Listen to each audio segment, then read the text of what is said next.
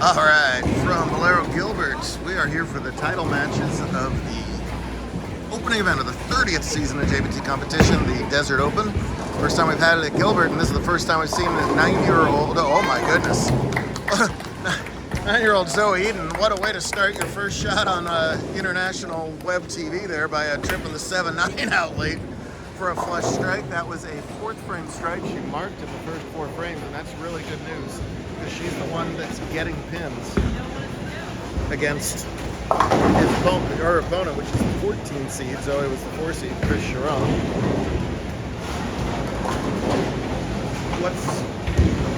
Stop.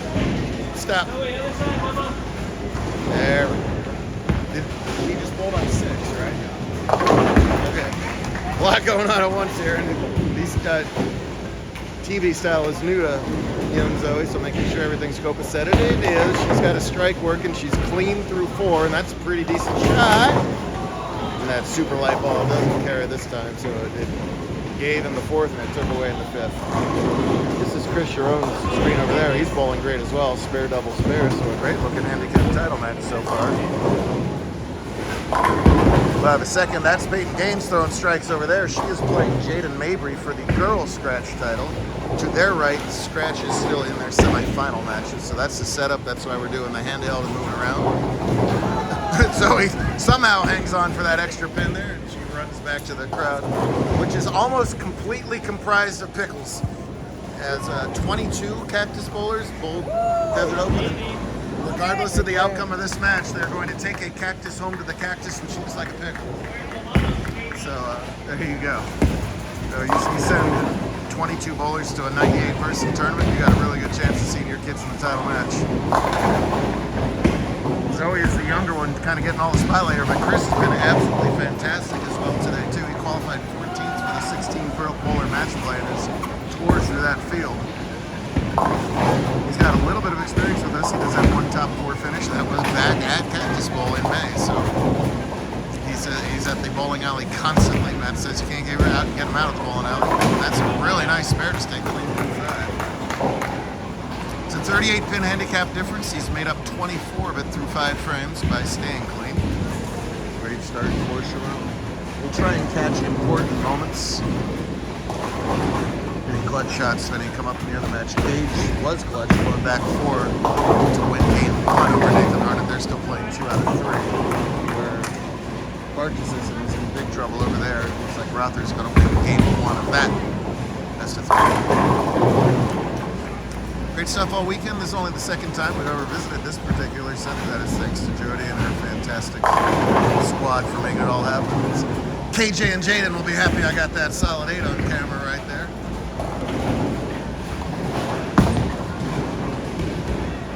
Jaden goes to William Patterson in my neck of the woods, northern New Jersey, where Chandler's own KJ Martinez is now the head bowling coach. Circle of life all over the place, nationwide, worldwide after main event this year. So Zoe, just 9 years old, when she checked in on Saturday morning, I said, don't worry, we've had girls as young as 5 win our tournaments, and that's a true statement. 2 5-year-old girls named the Lamb and Lamb win these things, and I didn't really need to give her the pep talk. She's been fearless. She got a great support system with the whole Cactus team down here. And we'll have a challenge here at that 310. It's actually a little slightly easier to make with the light ball, because you're going to have more deflection opportunities. She'll await a shot of the well-polished Jaden. She's going back to Jersey this week. Real nice. Look at the line there, and a really nice result. Pretty double, or wasn't a double, just a strike in the 4th. 2-pin deficit for Mavis. Too much of the 3-pin, even for that light ball. Back-to-back opens for Eden.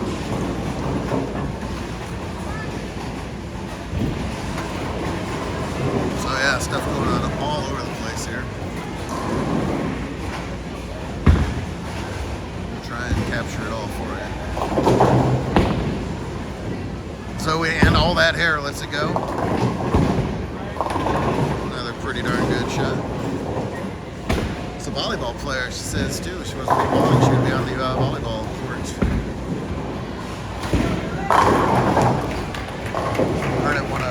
thriller against Jason Hughes in the previous round. Rocker shot 260 his last game. He's going to be shooting something, I think, in the 240s over there. And this time, wasn't able to convert. Speaking of both Peyton and Zoe. It's a big opportunity here for Sharon. He's still clean through 6. Has made up the vast majority of the handicap difference. Does not take a lot of time. He played Liam. I'm spacing on it. The new guy, spacing on his last name. I'll get it, promise, in the early round. They bowled a best of 3, and they were done before another match finished in game 1. So this whole TV style bowling is new to them. Chris is just jumping out of his shoes and performing great at it. 38 pins is what he has to make up. He has done that now. Let's roll that strike, and he increase it. Oh, breaks up the split though. Just to 9. Gains meanwhile did not break up the split, obviously. She will fall behind in her match. Gave a pretty good run. You only got 1 as a result of that. Oh, that plastic ball curves. Not the way this guy taught him to shoot spares, but it knocked it over, so it's good enough. A little smile from Chris along the way too.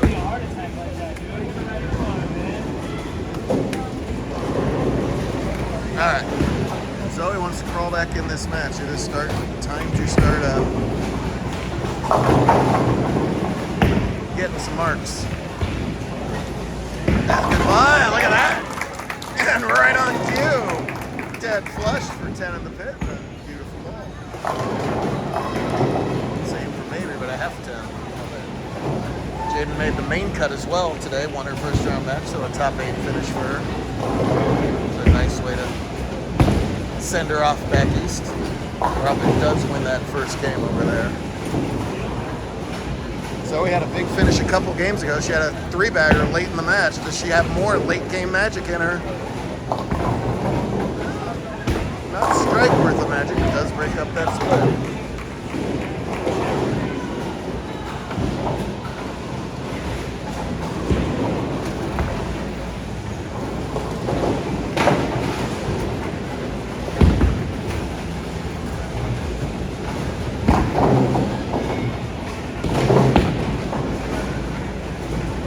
That is an excellent spare for a 9-year-old in the 9th frame of a title match when they've been bowling for 2 days straight, literally. High fives from the team. I heard bear down, I like it. Bear down, I love. Bear down, I love. Braves, I'm not so sure about. Have another conversation. Chris and his night will have a challenging spare to shoot at. All of a sudden, this gets a lot closer. 3, 6, 9, 10 in the 9th frame. As is normal, he's up before the pin setter is prepared. This is a giant spare for him. No! Leaves the 9, and let's check some scores here. 169 versus a theoretical 138 is a 31 pin difference. Zoe's got to make up 38 of those pins. So Zoe working on a spare in the 10th will be crucial. She's listening to me say all this. And here's Sharon in the 10th. Bounces right back with a perfect strike. That's a great recovery. That's the sort of ignorance is bliss at that level. You can just shake off the opens, I think, better than the scratch bowlers, quite honestly. Makes a wonderful recovery there. Anybody's game heading into the 10th. How we like it for major titles. The gorgeous glass cactus awaits one of these 2 cactus bowlers. Not going to get the double, though.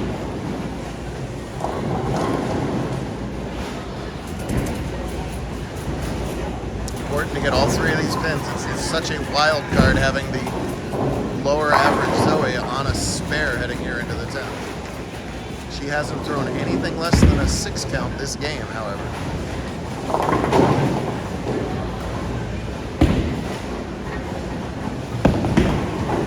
Either way, excellent game for Chris, and he'll finish out at a 189. Subtract the 38 pins, that's 1 to 58. Whoa. Yeah. Strike spare is a tie, folks. That's the way I see it.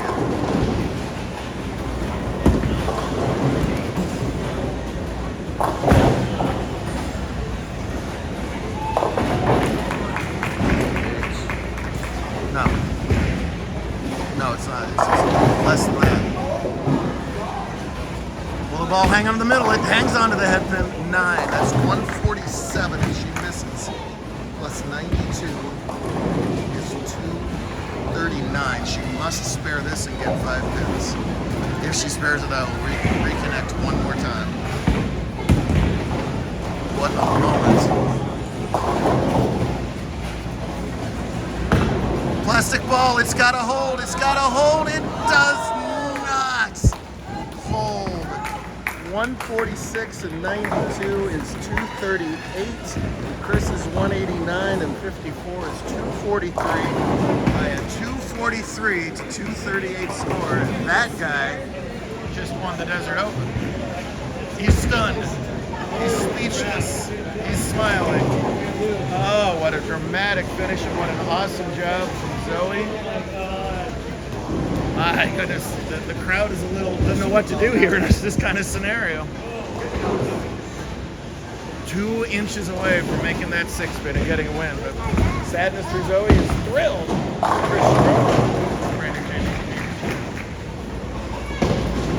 More work to do over here. It's kind of a slow burn in the girls' scratch.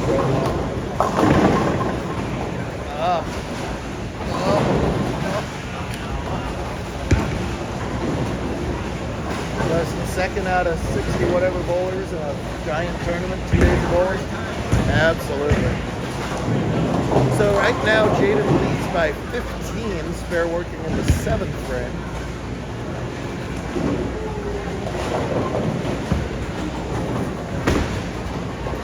Cover that up. Big opportunity here for Gaines coming up as she's working on a strike on a third turn on the 8th.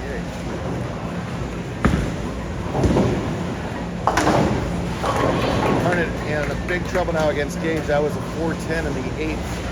It's 165 for 8. Gage is clean for 3-bagger. So not over yet by any means with Baker, but a big opportunity to shut out and reach the title match at the top of the season.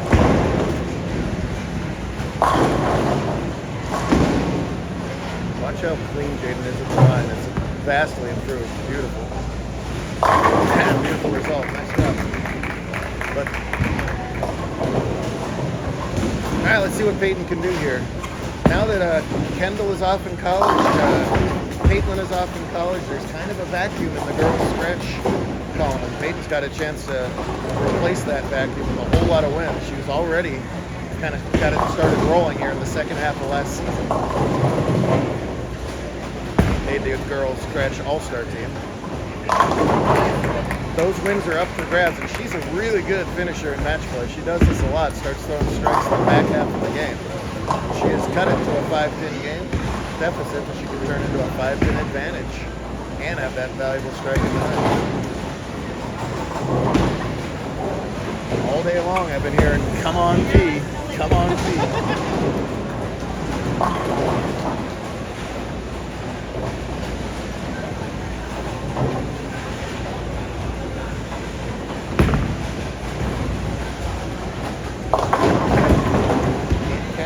Her tricky bat is the Traglia. It's about a 5-1 ratio. It's not that difficult for the talent level of these guys.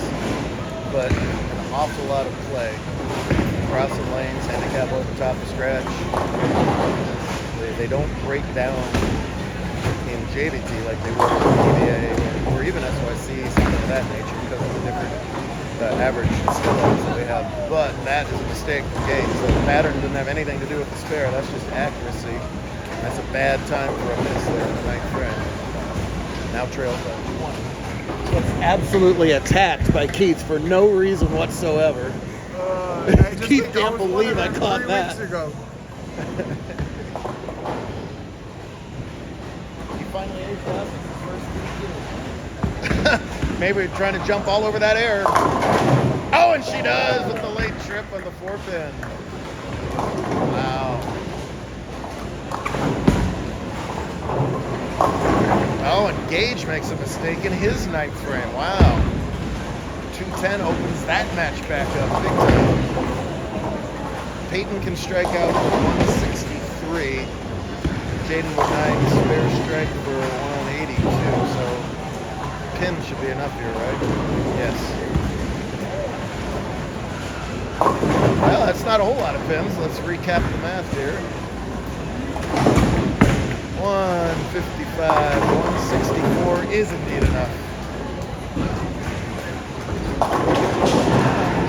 Jaden is going to have to spend the next semester explaining to people in northern New Jersey what a cactus is. And trust me, they don't know. Because when I went to U of A, they sent me this big glossy brochure with all these funky looking twigs coming out of the ground. And I thought, Tucson, this must be the coolest place ever. And I still don't know where they took that picture from, because I have never once captured a camera angle that showed the cactus and the skyscraper. The only difference I saw was that all the McDonald's menus were in Spanish first. These are the jokes, people. Thank you. It's actually a true story, all of that.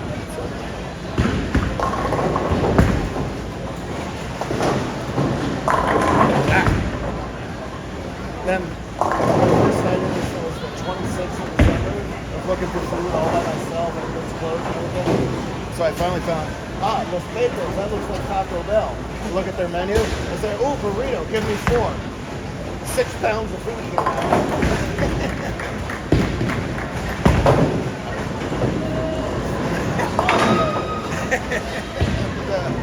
And the rest is history. 30 years later, here we are.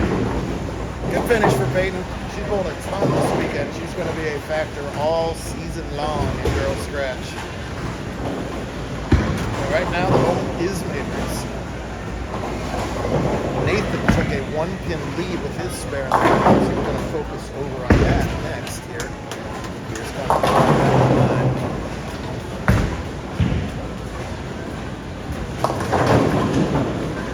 a fine effort. 167 to 1. There she is. Jason Short. There you go. Wait, what? Wait, what? Oh, they got a thing. That's a huge strike from Nathan because he had the spare working, so he holds the count right there.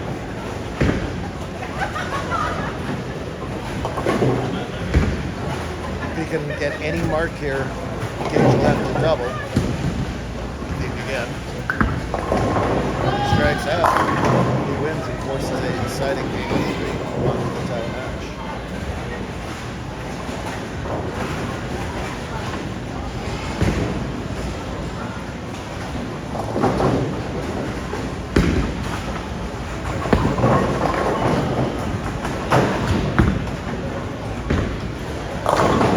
Oh boy. And the situation gets way more interesting now. Now Gage is not shut out, and Nathan will have to convert a bucket.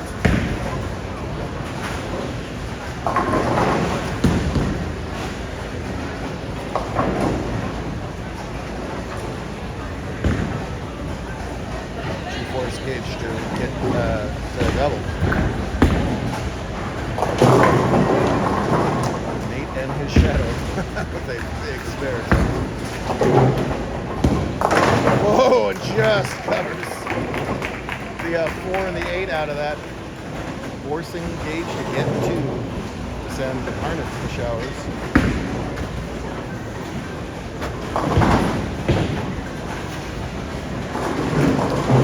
He's already doubled a couple times in this match program in the 10th frame to eliminate opponents. He did so to eliminate Jaden, actually. Clearly. Fast rising in both height and JBT stardom. Plus 440 through 12 qualifying games today. It's a tough format when you gotta drop in. That seems to be right in the way. Oh my goodness, they all fall down. Are you kidding me? Whoa. A muted reaction from the crowd because that was left to target the whole way and just kind of squashed him. Well, you capitalize on the iffy shots that strike. He's out. couple years shirt on. These guys have been clashing since the handicap division. They'll be doing it again all season long.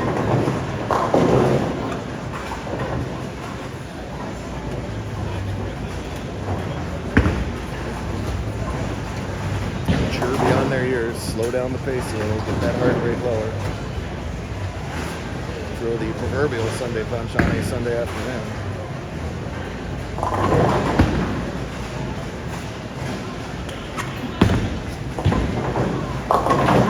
Nope, left her this time does not trip out everything, and we're going to go to a decider in that handicap scratch semifinal match. We're only halfway through game 2 over there. This is a good stopping point. So we'll see either those two or this guy or somebody else. The title match. Watch part 2 for you guys. Should be a good one.